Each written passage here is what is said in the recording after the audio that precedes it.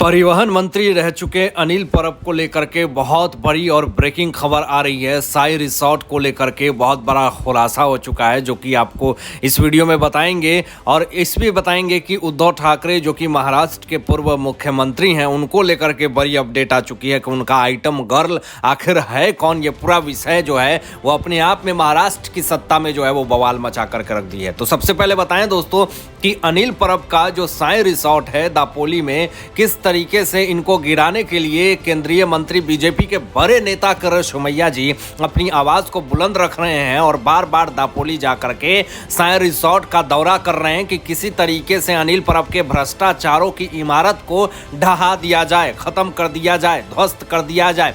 इसके लिए अनिल परब की समस्याएं जो है वो बढ़ रही थी और अनिल परब ने पूरी तरीके से कोशिश करी थी कि हमारी जो दापोली वाली साई रिसोर्ट है उसको ना तोड़ा जाए। लेकिन जिस तरीके से अभी खबर आ रही है उससे साफ तौर पे तय हो चुका है कि अनिल परब का साई रिसोर्ट जो है भ्रष्टाचारिता का इमारत जो है वो पूरी तरीके से ध्वस्त हो जाएगा। आपको बताएं दोस्तों कि संबंधित विभाग ने गहन जांच के बाद इस रिसोर्ट को अनाधिकृत घोषित कर दिया है। ये बड़ी और ब्रेकिंग खबर मैं आपको बता रहा हूं।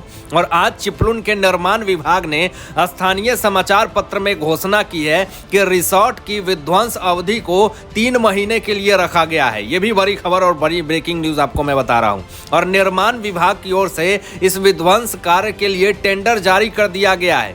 अब टेंडर जब जारी कर दिया गया है दोस्तों, तो आप समझ लीजिए कि अनिल परब की साई रिसोर्ट जो है वो पूरी तरीके से ध्वस्त होने की जो डेट है वो निर्धारित हो गई है। और इनका जो डेट कितना निर्धारित हुआ ये भी आपको बताएंगे। और आपको बताएं आगे कि जांच विभाग ने क्या कहा है कि इसमें भवन की दीवार, अहाते की दीवार, फुटपाथ, NX का निर्माण तोड़ा जाना है और इसके अलावा अंतरिक्ष को समतल करना होगा। इस काम की जानकारी जो है इस विज्ञापन से दी गई है और कार्य की अनुमति लगभग, आपको बता दें बड़ी खबर, ये भी बड़ा न्यूज है कि 43,29,008 रुपए जो है वो निर्धारित की गई है। यानी अनिल परब के दापोली वाले रिसोर्ट को तोड़ने के लिए 43,29,008 रुपए जो है वो लगेंगे। इसलिए ये तय हो गया है कि अनिल परब का जो रिसोर्ट है वो पूरी तरीके से टूट जाएगा, वो पूरी तरीके से ध्वस्त हो जाएगा। क्योंकि अनिल परब बहुत ज्यादा फुदक रहे थे, बहुत ज्यादा फरफरा रहे थे और ये कह रहे थे कि ये मेरी इमारत नहीं है, ये मेरा रिसोर्ट नहीं है।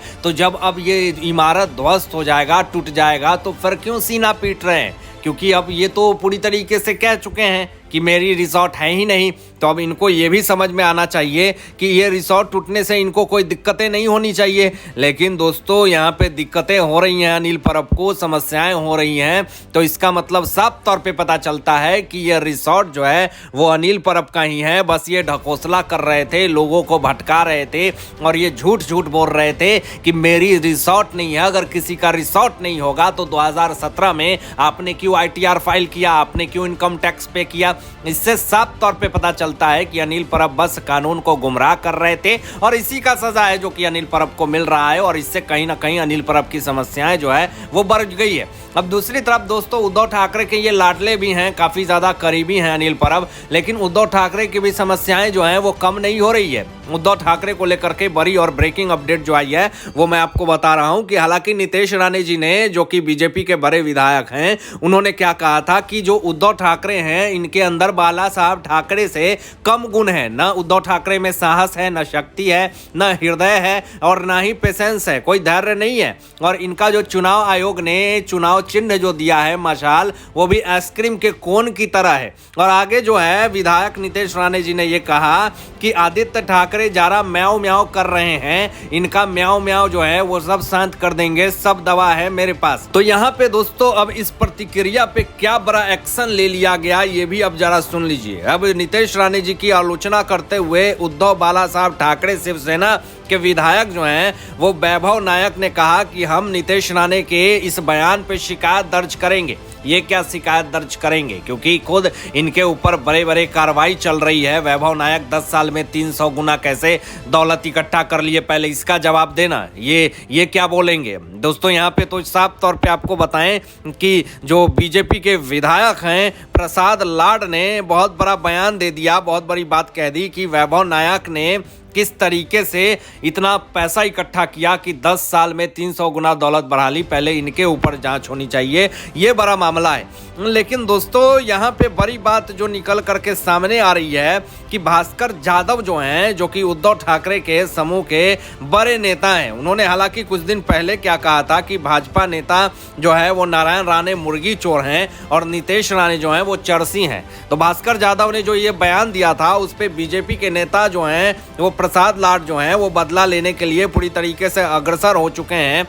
और ये कह रहे हैं कि उनको बात करने की तमीज नहीं है। यहाँ पे प्रसाद लाड ने ये कहा, बहुत बड़ी बयान दे दिया। उन्होंने ये कहा कि फिल्म की दुनिया में बॉक्स ऑफिस को हिट करने के लिए, फिल्मों को हिट करने के लिए बॉक्स ऑफिस पे आइटम सॉन्ग चलाया जाता है। उसी तरीके से राजनीति की सत्ता में आइटम गर्ल हैं भास्कर जाधव उद्धव ठाकरे के। ये प्रसाद लाड ने बहुत बड़ा आरोप लगा दिया है और ऐसा आरोप लगाया है जिससे कहीं ना कहीं बहुत बड़ी समस्याओं में घिर गए हैं उद्धव ठाकरे। अब आपको बताएं दोस्तों, यहाँ पे प्रसाद लाड ने और भी बड़ी बड़ी बात कह दी है। उन्होंने ये कहा कि उद्धव ठाकरे ने अपनी राज्य में, जब उनकी राज्य थी तो वो नारायण राणे को डिनर पर से उठा करके गिरफ्तार कर लिया था और निर्दलीय सांसद रह चुकी नवनीत कौर राणा जी को किस तरीके से हनुमान चालीसा पढ़ने के लिए गिरफ्तार कर लिया था।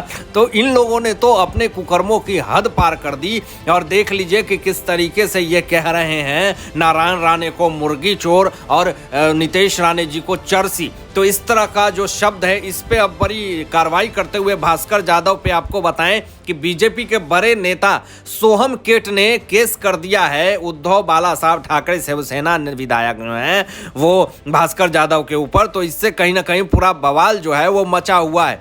अब इससे कहीं ना कहीं जो सियासत में घमासान मचा है दोस्तों, इस पे अब नीतीश राणे जी अपनी बात को आगे बढ़ाते हुए क्या कहा, जरा ये सुनिएगा।